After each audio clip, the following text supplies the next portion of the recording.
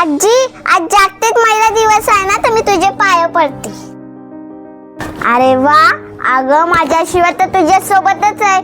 अगं पण तुला माहिती आहे का, जागतिक महिला दिवस का साजरा केला जातो? का केलं जातं आजी? आज जगातील प्रत्येक स्त्री आपल्या पायावर उभे आहे. पुरुषांच्या बरोबरीचे अधिकार तिला मिळाले आहे. ते अधिकार कोणामुळे मिळाले आहे? मला माहिती आहे आजी, डॉक्टर बाबासाहेब आंबेडकरांमुळे. अरे वा, अगदी बरोबर बोललीस. हुशार आहे माझी आरू.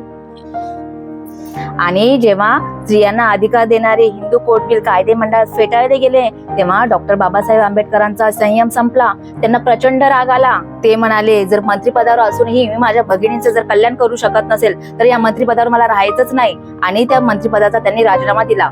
तत्वांसाठी मंत्रिपद सोडणं ही गोष्ट तर आताच्या काळात तर अशक्यच आहे.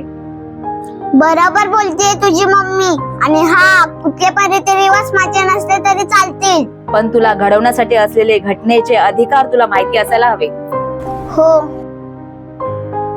आणि तुम्हा सगळ्यांना जागतिक महिला दिवसाची हार्दिक हार्दिक शुभेच्छा.